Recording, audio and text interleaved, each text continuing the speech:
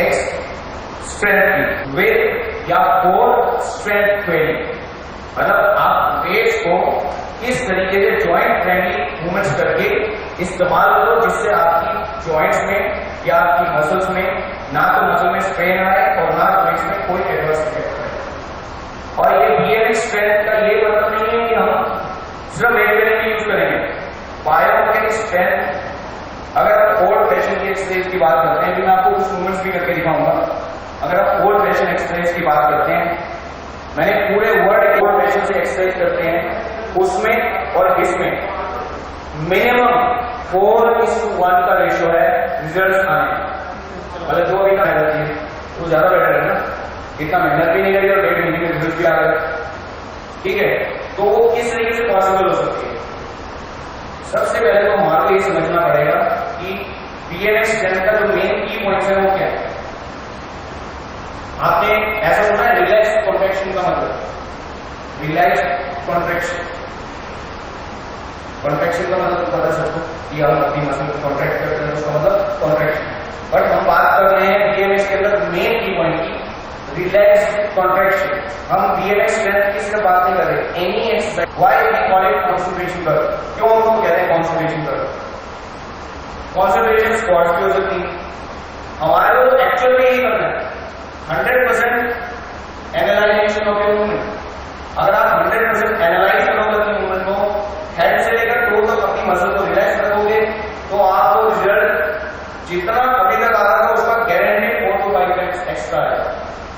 और जो मैंने भी आपको बात बताई थी कि हम अपनी एनर्जी को इकोनॉमिकली यूज करते हैं। इकोनॉमिकली यूज करने का मतलब है कि आपको ये थोड़ा सा मैं आपको एक हिंट दे देता हूँ। जो भी खाना खाते हैं उसमें हमारे को कार्बोहाइड्रेट्स, प्रोटीन, फैट मिलता है।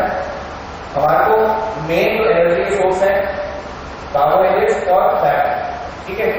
जब हम उसको बॉडी में स्टोर होता है, फैट एडिपोज टिश्यूज हमारी बॉडी में स्टोर हो जाता है, और कार्बोहाइड्रेट्स तो हमारी बॉडी में स्टोर होते हैं ग्लाइकोजन के रूप में हमारी मसल्स में और हमारे लीवर में स्टोर होता है।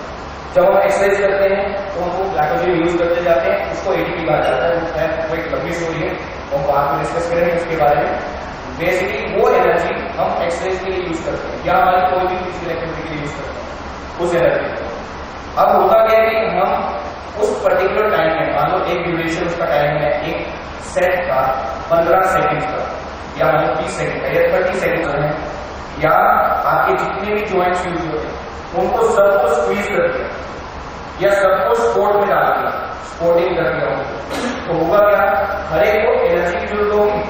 जब हर एक मसल को, हर एक जॉइंट को एनर्जी की जरूरत होगी तो होगा क्या? जो आपके पास एनर्जी स्टोर थी वो एनर्जी बहुत जल्दी से यूटिलाइज हो जाएगी और आप बहुत ही जल्दी एग्जॉस्ट हो जाओगे, बॉडी फटीग हो जाएगी। स्टोर तो मसल तो बाद में होगी, जो उसी मसल के लिए आप एक्सरसाइज करोगे, लेकिन आपकी बॉडी जल्दी थक गई। जब आपकी बॉडी जल्दी थक गई तो प्रॉब्लम क्या हुई कि आप अपनी बॉडी को एक्चुअल में एनर्जी नहीं कर पाए। वही वाली बात थी कि आप 6 महीने में रिजल्ट आएगा या 8 महीने में रिजल्ट आएगा उसी चीज को। लेकिन अगर आपने अपनी बॉडी को 100% रिलैक्स करना होगा और आप उस मसल के ऊपर जिसकी एक्सरसाइज करें उसके ऊपर आपका कॉन्सेंट्रेशन 100% है, इसको हम कहते हैं कि अगर आप बाइसेप्स कर्ल कर रहे हो कॉन्सेंट्रेशन कर्ल हो गई, लेकिन आप बेंच प्रेस में तो कॉन्सेंट्रेशन कर सकते हो ना। आपका 100% बेंच प्रेस करते समय चेस्ट की मसल के ऊपर कॉन्सेंट्रेशन है तो डेफिनेटली आपको मजा आएगा, क्योंकि सारी मसल्स रिलैक्स है। आपकी अगर रिलैक्स मसल होंगी तो आप